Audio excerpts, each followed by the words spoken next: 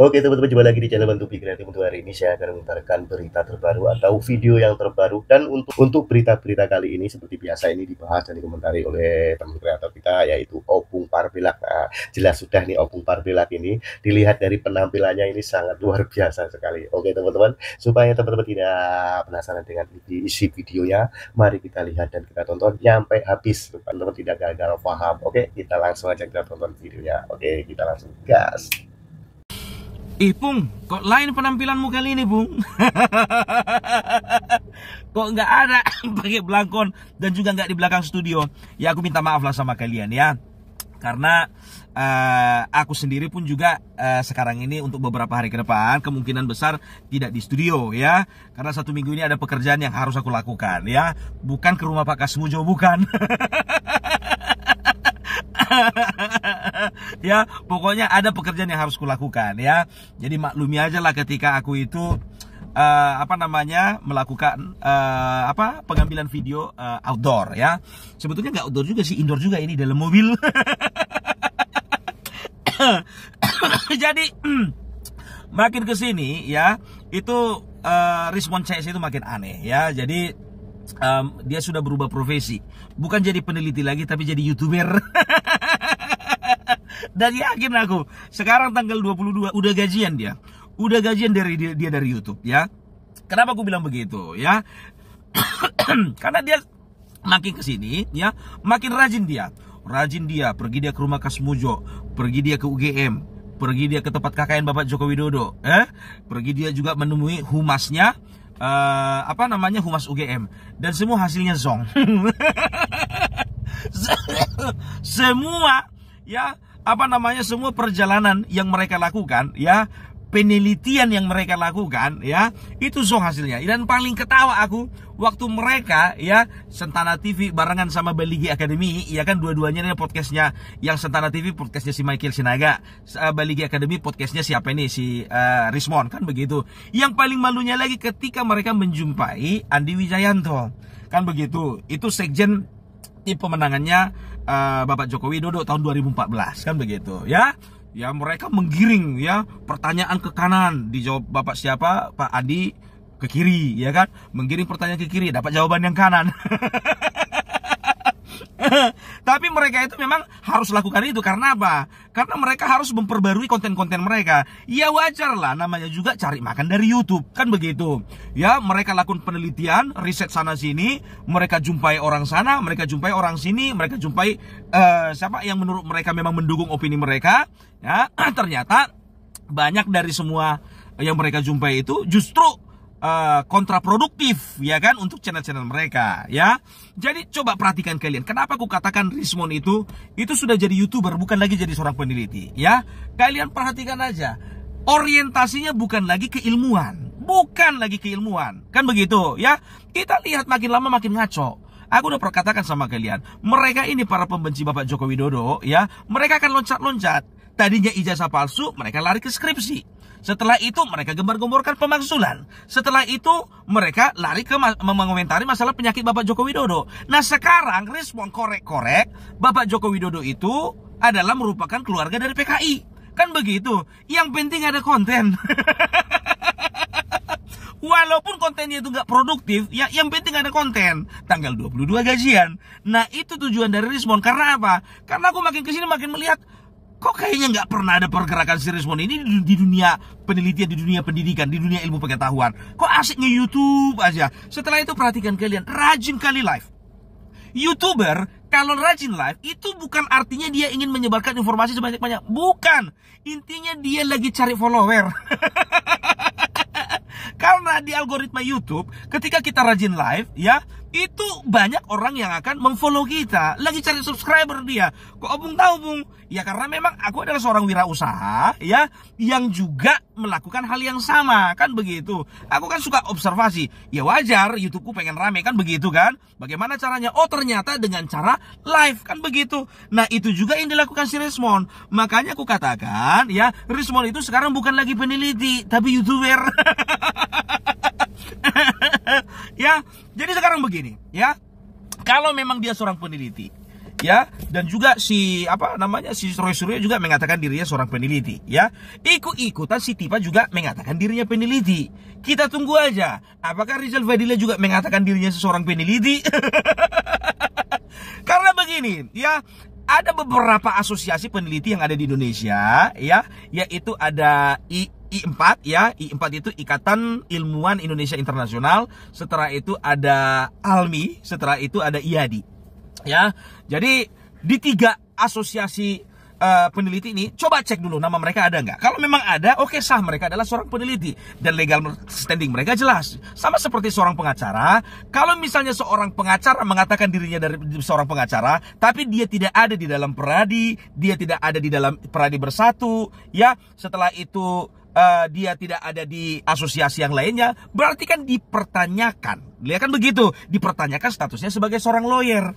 Gitu. Makanya waktu kemarin mereka datang ngamuk-ngamuk ke UGM, ya, mengatasnamakan diri sebagai alumni UGM, berhak menanyakan apa saja kepada pihak UGM.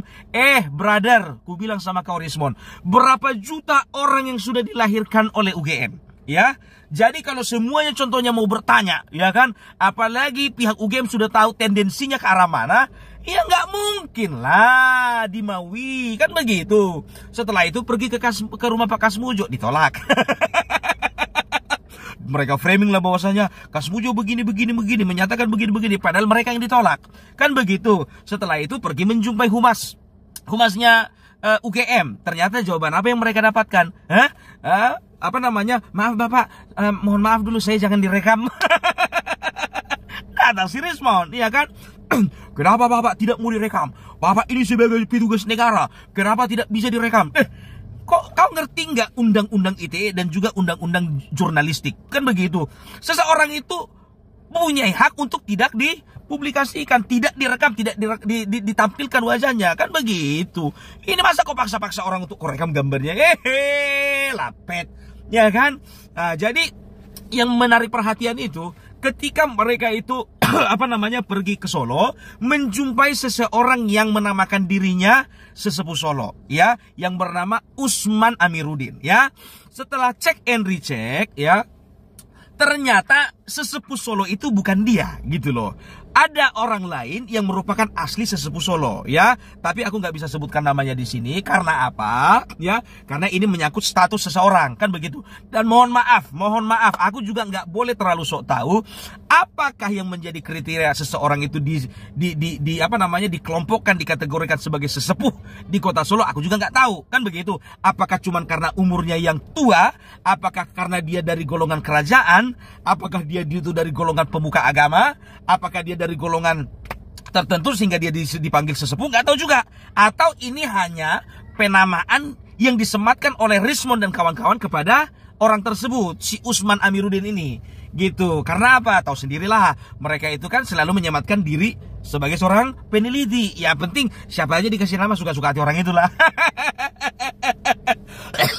Ya kan? Nah, jadi mereka itu menginterview atau mewawancarai si Usman Amiruddin ini, kan begitu, ya. Dan muncullah sebuah kesimpulan akhir bahwasanya Bapak Joko Widodo itu, ya, adalah seorang anak dari keluarga PKI, kan begitu. Nah, sekarang begini, sebelum kita masuk ke sana, sebetulnya nggak usah terlalu jauh masuk ke ke ranah yang mengatakan Bapak Joko Widodo itu adalah keluarga PKI. Dari awal video itu, kalau kalian tonton di Sentana TV ataupun di Balige TV, ya, dari awalnya sebetulnya Rismon itu harusnya tutup muka pulang ke Jakarta. Karena apa? Memalukan. Memalukan karena apa? Ya, banyak jawaban-jawaban dari si Usman ini, ya, yang memperlihatkan kebohongannya. Itu yang pertama. Baru banyak jawaban-jawaban dari si Usman ini yang mempertunjukkan kebenaran di mana sebetulnya Bapak Joko Widodo itu, ya, terbukti tidak seperti yang dituduhkan si Rismon. Yang pertama, ya, si Usman mengatakan bahwasanya Bapak Joko Widodo itu dia kenal itu sudah semenjak tahun 2004. Karena apa? Karena dia itu yang berusaha untuk membawa Bapak Joko Widodo masuk ke Partai PAN untuk dipersiapkan sebagai wali kota Solo. Kan begitu, ya. Jadi ketika bertemu katanya Bapak Joko Widodo ini sudah menjadi seorang pengusaha, eksportir, kan begitu, sebagai seorang eksportir. Kalau misalnya seorang pengusaha masuk ke dunia politik, ya, dia itu kalau memang dia bermain dengan ijazah, dia harus pastikan dulu ijazahnya itu kalau memang terbukti palsu, jangan sampai meninggalkan jejak. Gitu. Karena orang kalau berkarir di dunia politik ini pasti kan yang diharapkan itu kenaikan karir, jenjangnya makin naik. Dan pada waktu itu Bapak Joko Widodo itu belum ketebak, belum bisa menerka dirinya akan menjadi seorang presiden, ya kan? Nah, itu dari situ saja pun juga itu sudah menunjukkan bahwasannya Rismon ini juga harus meragukan pernyataannya yang mengatakan ijazah Bapak Joko Widodo palsu. Kan begitu. Seorang pengusaha, eksportir, ya kan begitu. Kalau bicara masalah ijazah, udah bayar aja 100 juta, nggak usah UGM, biar nggak gampang terdeteksi. Maunya Bapak Joko Widodo itu ngambil ijazah dari Universitas Yamaguchi di Jepang. Itu pun bisa terdeteksi, kan begitu. Tapi kalau zaman dulu ya mungkin masih bisa lah untuk tidak terdeteksi, kan begitu kan. Ya pasti dia sebagai seorang pengusaha, dia akan habis-habisan bagaimana supaya dia tidak meninggalkan jejak kalau memang ijazahnya palsu. Nah, terus yang mendukung bahwasannya Bapak Joko Widodo adalah lulusan UGM Fakultas Kehutanan, karena beliau itu bergerak di bidang mebel, ekspor mebel, Wak. Kan begitu, ya. Itu dia. Dan itu diakui sendiri oleh si Usman tadi. Ya kan begitu, ya. Jadi dari sini pun juga harusnya bisa berpikir, oh iya ya, ternyata beliau Bapak Joko Widodo itu pengusaha. Kalau pengusaha kayaknya sesuatu yang tidak mungkin untuk tidak bisa menyembunyikan status ijazahnya, kan? Nah, itu dia. Baru setelah itu, ya, ditanya sama Rismon, Pak, apakah selama Bapak berkenalan dengan Bapak Joko Widodo, Bapak tidak mempertanyakan dia itu lulusan dari mana, kan begitu. Nah, adalah sebuah kebohongan kalau memang Usman ini membawa Bapak Joko Widodo, ya, masuk ke PAN, karena Usman ini orang PAN, ya, masuk ke PAN untuk dipersiapkan menjadi wali kota. Nggak mungkin nggak tahu beliau itu lulusan dari mana, pasti tahu. Tapi Usman mengatakan apa? Enggak, saya nggak pernah tanya itu. Saya nggak pernah tanya itu. Nggak mungkin lah, nggak mungkin. Itu hal yang ditutup-tutupi si Usman, ya. Masa kita mau bawa orang ke partai kita tapi nggak jelas nggak jelas pendidikannya, nggak mungkin, ya. Karena memang bisa dikatakan waktu itu dia dapat rekomendasi dari Amin Rais, kan begitu. Oke lah, kala itu tahun 2005, ya, Amin Rais, ya kita katakanlah belum sebobrok sekarang, kan begitu. Ya kan, waktu dulu mungkin masih bagus lah, ya. Sering berjalannya waktu, ya kayak gitulah modelnya, ya maklum aja lah kalian. Ya. Nah, selanjutnya Usman mengatakan bahwasanya, ya, Bapak Joko Widodo itu ketika jadi wali kota Solo, ingat itu, ketika jadi wali kota Solo, ini adalah ini adalah rencana besar dari Amerika. Bayangkan kalian, ya. Bapak Joko Widodo katanya itu adalah produk Amerika semenjak jadi wali kota Solo. Jadi, ya, Amerika sudah mempersiapkan Bapak Joko Widodo jadi wali kota. Otak di mana? Amerika, ya, mempersiapkan seorang Joko Widodo menjadi wali kota. Itu kalau misalnya selama ini kita bisa dengar isu, ya, bahwasanya jika Amerika, ya, mengintervensi sebuah negara, ya, itu biasanya kelasnya itu presiden, bukan wali kota. Wali kota, bayangkan kalian, ya, itu produk Amerika katanya. Karena Joko Widodo sudah dipersiapkan katanya. Coba bayangkan kalian. Sedangkan wali kota dia, ya, semenjak jadi wali kota 1 periode lolos, kan begitu. Setelah itu periode kedua, coba bayangkan kalian, masa Amerika harus nunggu sampai 10 tahun? 2005 sampai 2010, ya kan? 2005 sampai 2010. Nah, 2010 masuk dia pemilihan jadi wali kota yang untuk yang kedua kalinya. Kan begitu. Masa apakah terlalu bodoh Amerika, ya, kalau memang dia menyeting Bapak Joko Widodo setahun contohnya jadi wali kota, kenapa nggak langsung ditembakkan jadi presiden? Kan begitu. Nah, dia bercerita lagi, ya, bahwasanya Bapak Joko Widodo itu sebetulnya dia itu bukan kader PDIP, ya, bukan kader PDIP. Sebetulnya dia itu menganggap semuanya itu kendaraan, kan begitu. Dia beranggapan bahwasanya PDIP itu hanya alat, hanya sebagai perahu dia. Kalau sebetulnya dia itu bukan orang PDIP. Nah sekarang begini, ya. Kalau memang dia itu bukan orang PDIP, ya, kenapa selama 10 tahun berkuasa, ya, PDIP itu identik dengan Jokowi, Jokowi itu identik dengan PDIP, kan begitu. Nah dia mengatakan begini, ya itu kan hanya alat promosi mereka saja. Jadi Joko Widodo itu seolah-olah dia katakan bahwasanya, ya, PDIP itu tahu sebetulnya Joko Widodo itu tidak punya hati untuk PDIP, kan begitu, ya. Sekarang gini, ya, kalau memang Joko Widodo, ya, Bapak Joko Widodo itu menganggap PDIP, ini katakanlah memang benar, menganggap PDIP hanya sebagai alat ataupun sebagai kendaraan. Tapi kan PDIP juga menikmati manfaat keidentikan antara Bapak Joko Widodo dengan PDIP. Buktinya apa? Suara PDIP melonjak tinggi ketika Bapak Joko Widodo dicalonkan diri menjadi seorang presiden. Kan begitu, suara PDIP naik. Setelah itu di legislatif pun PDIP berkuasa. Ya kan begitu. Periode kedua begitu juga. Periode ketiga untuk PDIP Bapak Joko Widodo selesai, tapi oleh karena ada efek momentum kalau di dalam fisika, artinya apa? Kalau misalnya, ya, benda itu bertabrakan atau menghantam sesuatu, kan begitu. Jadi efek membentur itu bukan hanya benda tersebut, tapi benda yang ada di dalam itu juga ikut meluncur ke depan gitu. Sama seolah-olah kalau kita misalnya contohnya kita tabrak contohnya sebuah bangunan, kita bawa mobil gitu, kan bukan cuman bangunannya saja membentur, kita kan ikut terdorong ke depan gitu dia. Itu efek momentum, kan begitu. Nah, walaupun Bapak Joko Widodo, ya, tidak lagi menjadi bagian daripada YouTuber Nusantara. Dia menjadi bagian dari PDIP, tapi PDIP masih mendapatkan manfaat itu. Jadi jangan katakan bahwasanya Bapak Joko Widodo itu hanya memperalat PDIP. Tidak. PDIP pun menikmati hubungan mereka dengan Bapak Joko Widodo. Gitu, ya. Jadi banyak hal-hal lain, ya. Setelah itu dia katakan begini, ya, Bapak Joko Widodo itu sudah dipersiapkan oleh Amerika mulai dari wali kota, kan begitu. Setelah itu gubernur, setelah itu jadi presiden. Nah, periode kedua bukan Amerika lagi yang pakai, tapi Cina.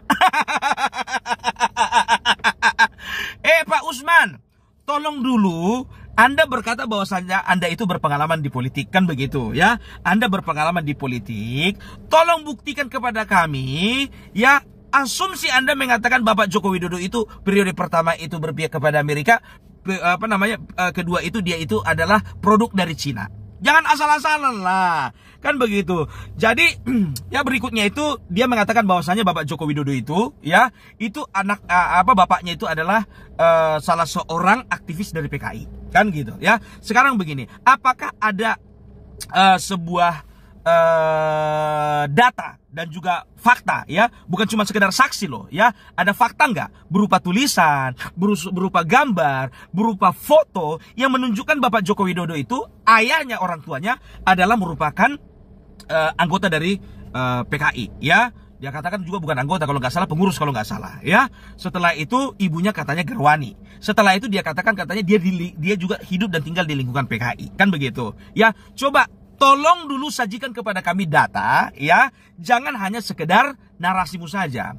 Jadi setelah ku telusuri, ya, dari awal pembicaraannya Rismon, setelah itu Sentana TV, setelah itu Bapak Usman Amiruddin tadi, ternyata dasar dia itu mengumumkan semuanya itu, dia itu sakit hati karena apa?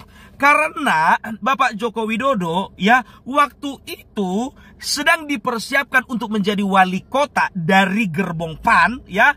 Bapak Joko Widodo loncat ke PDIP. Makanya dia sakit hati. Karena apa? Karena kalau misalnya Bapak Joko Widodo berhasil dia buat menjadi wali kota, ya, dia create Bapak Joko Widodo menjadi wali kota, otomatis dia dapatan jatah. Karena apa? Karena dia akan menjadi seseorang yang dianggap menjadi yang paling berjasa membawa Joko Widodo, mengantarkan Bapak Joko Widodo ini menjadi wali kota. Kan begitu. Karena dia adalah petingginya PAN. Dan Amin Rais waktu itu mempercayakan si Usman ini, ya, untuk membawa Bapak Joko Widodo, mengantarkan Bapak Joko Widodo menjadi wali kota. Kan begitu. Ya, dia katanya Amin Rais itu manut aja, apa kata dia? Karena apa? Karena Amin Rais itu adik kelasnya Bapak Usman. Itu suka kalian lah. Mau kawan satu kelas, satu kos, ya kan, satu sepermainan, sama-sama main gundu, sama-sama main apa namanya, layangan, terserah kalian mau bilang apa. Kan begitu. Nah, terlepas dari itu semuanya, sekarang begini. Dia sendiri bercerita, ya. Dia menceritakan bahwasanya apa namanya, waktu itu ya suara PAN itu hanya 7 kursi. Hanya 7 kursi, ya. PDIP waktu itu 24 kursi. Kan begitu, ya. PDIP itu 24 kursi. Katanya si Usman, ya, kita harus kuasai yang namanya Kota Solo. Kan begitu. Ya, cukup 2 partai saja. Jangan ada Golkar, jangan ada ini P3, jangan ada yang lain, ya. Biarlah hanya PAN dan PDIP. Kan begitu. Ya, dia katakan dia akan ajukan Bapak Joko Widodo menjadi wali kota, wakil wali kotanya nanti kita gandeng PDIP. Sekarang begini, tabiatnya PDIP dan juga tabiatnya partai besar itu biasanya kalau kursi di parlemen lebih besar, maka dia yang akan mencalonkan kadernya untuk menjadi kepala daerah atau kepala negara, bukan jadi wakil. Kan begitu, itu kebiasaan. Nah, apakah mungkin kan begitu, apakah mungkin waktu itu Bapak Joko Widodo ya di apa namanya, dari gerbong PAN cuman 7 kursi, ya, sementara PDIP ya itu 24 kursi. Kan begitu. Kalau ceritanya dia katanya Bapak Joko Widodo itu jadi apa namanya, jadi wali kota. Nah, dari FX Rudi ya itu dari PDIP. Kan begitu. Nah, ini akan dipasangkan. Ternyata katanya FX Rudi bermain sehingga Joko Widodo ya itu dicomot oleh PDIP. Kan begitu. Ya, dia sendiri juga berkata bahwasanya Joko Widodo waktu itu walaupun sudah diancang-ancang dan sudah dipersiapkan oleh PAN, tapi dia tidak, Bapak Joko Widodo tidak memiliki KTA PAN. Jadi bisa dikatakan keabsahannya sebagai anggota dari PAN ya itu belum ada. Kan begitu. Ya, terserah lah, kalau versinya dia itu mencomot ya PDIP, mencomot PDIP itu sah-sah saja. Nah, yang jadi lucunya begini ya, akhirnya PDIP mencomot Bapak Joko Widodo, wakilnya FX Rudi, PAN akhirnya mencari wakil apa namanya, calon lain. Kan begitu, mencari calon lain. Ya, dapatlah, ya, lupa aku namanya siapa, Purnomo, kayaknya Purnomo deh. Ya, bergandengan dengan yang lain, ya. Nah, si Usman Amiruddin ini mengatakan bahwasanya, tahu nggak, bahwasanya sebetulnya Bapak Joko Widodo waktu itu sebetulnya menang karena curang. Kenapa curang? Karena KPU itu mengutak-atik angka. Kan begitu, ya kan? Harusnya di situ PAN yang menang. Ya, itu pernyataan dari dia. Ini pernyataan dari dia loh. Sekarang begini Pak Usman, logikanya saja ya. Sudah dikatakan Solo itu kandangnya banteng waktu itu. Solo itu lebih banyak PDIP daripada PAN. Mulutmu sendiri mengatakan bahwasanya PAN cuma 7 kursi, PDIP 24 kursi. Apa dasarnya kau mengatakan bahwasanya harusnya PAN yang menang, bukan calon dari PDIP? Jadi jangan kita membodoh-bodohi orang yang pintar. Kalau kita bodoh, jangan kita berusaha membodoh-bodohi. Kan begitu. Itu pernyataan-pernyataan bodoh. Makanya ya, tolong dulu untuk kedepannya, kalau misalnya ada wawancara seperti ini, di briefing dulu gitu loh. Apa-apa pertanyaan harus disesuaikan, di-matchkan antara penanya dengan penjawab. Ini kan gak nyambung. Gak nyambung. Gitu loh. Jadi banyak sekali sebetulnya dari pembicaraan mereka itu menunjukkan kebohongan mereka sendiri dan menunjukkan kebenaran dari versi Bapak Joko Widodo. Gitu loh ya. Jadi bisa dikatakan ya dasarnya itu sakit hati aja lah ya. Dasarnya sakit hati karena apa? Karena Usman dianggap gagal ya untuk memboyong Bapak Joko Widodo itu ke PAN. Itu yang pertama. Baru yang kedua ya, kalau udah gagal berarti ketika Bapak Joko Widodo jadi wali kota, bukan lagi PAN, ya, tapi PDIP. Otomatis Usman tadi nggak dapatan jatah, nggak dapatan kue, nggak dapatan posisi di Kabupaten Surakarta, ya. Aturannya kalau udah dapat kepercayaan kayak gitu kan, dia udah berangan-angan itu. Oh, kalau saja kemarin aku yang memboyong Bapak Joko Widodo ini, kurasa aku sudah jadi komisaris, kan begitu. Ya, atau dapat apalah fasilitas lain. Karena apa? Setelah dari wali kota jadi gubernur presiden 2 kali, aturannya aku yang makan, jadi kawan saya yang makan. Jadi intinya dia sakit hati melihat dia nggak dapatan jatah sekian lama. Karena apa? Karena gagal membawa Bapak Joko Widodo menjadi wali kota dari gerbongnya PAN. Begitu juga Amin Rais, kan begitu ya. Amin Rais merasa bahwasanya dia berjasa terhadap Joko Widodo. Makanya sekarang Bapak Joko Widodo jadi bulan-bulanannya Amin Rais. Dibilang ini, dibilang itu, ya kan? PKI lah, korupsi lah, posisi arpi lah, segala macam lah. Karena apa? Karena dia merasa bahwasanya kalaulah Joko Widodo ini kemarin itu naik dari PAN, otomatis aku dapatan juga lah, ya kan? Aku bisa tebar pesona. Karena apa? Kalau bukan gara-gara Amin Rais, Joko Widodo gak akan mungkin jadi presiden. Kan begitu. Ya tapi itulah dia. Orang, ya, model-model si Rismon, Sentana TV, ya, setelah itu Tipa, Roy Suryo dan semuanya ini, ya, itu itu bisa dikatakan ya mereka udah nggak ada mentok yang ini cari pembelaan dari sana, mentok dari sini cari pembelaan ke sana lagi, mentok di sana cari pembelaan ke sini lagi. Jadi itu aja kerja mereka, ya. Kita maklumi aja lah, ya. Jadi itu dulu dari Bung Parbelak, ya, untuk mengcounter pernyataan-pernyataan dari Pak Usman Amiruddin yang menamakan atau menyatakan dirinya itu sebagai sesepuh Solo. Terserahlah kriterianya apa, ya. Yang penting kami melihat bahwasanya dasar semuanya itu adalah sakit hati, dan kebanyakan dari informasi, kebanyakan aku bilang nggak semuanya, kebanyakan informasi yang disampaikannya itu adalah sebuah kebohongan. Karena apa? Tidak disertai dengan data yang valid dan tidak disertai dengan saksi-saksi yang memang betul-betul mendukung pernyataan mereka. Coba, ketika ada podcast itu ada saksinya tidak? Tidak. Ada datanya tidak? Tidak. Ada dokumentasi pendukung nggak? Tidak ada, gitu loh, ya. Jadi kalau cuma narasi-narasi begitu, apalagi mengatakan bahwa saya Bapak Joko Widodo itu orang tuanya PKI, itu adalah sebuah fitnah. Hati-hati Pak Usman, ya, hati-hati Pak Usman. Pak Usman, ya, melalui podcastnya Sentana TV dan juga podcastnya Balige Academy, Anda sudah mengatakan bahwasanya Bapak Jokowi adalah anak dari seorang PKI. Itu artinya Anda punya andil di dalam pemfitnahan ini. Aduh, Bapak Jokowi Widodo bukan presiden lagi, Pak. Hati-hati Bapak dilaporkan, oke? Itu dulu dari Bung Parbelak. Salam NKRI harga mati. Salam. Oke, terima kasih teman-teman yang sudah menonton videonya. Itulah keseruan Bung Parbelak membahas dan mengomentari. Dan apabila teman-teman ada saran atau ada pendapat, silakan komen di kolom komentar. Sampai jumpa di video selanjutnya. Selamat beraktivitas, sampai jumpa.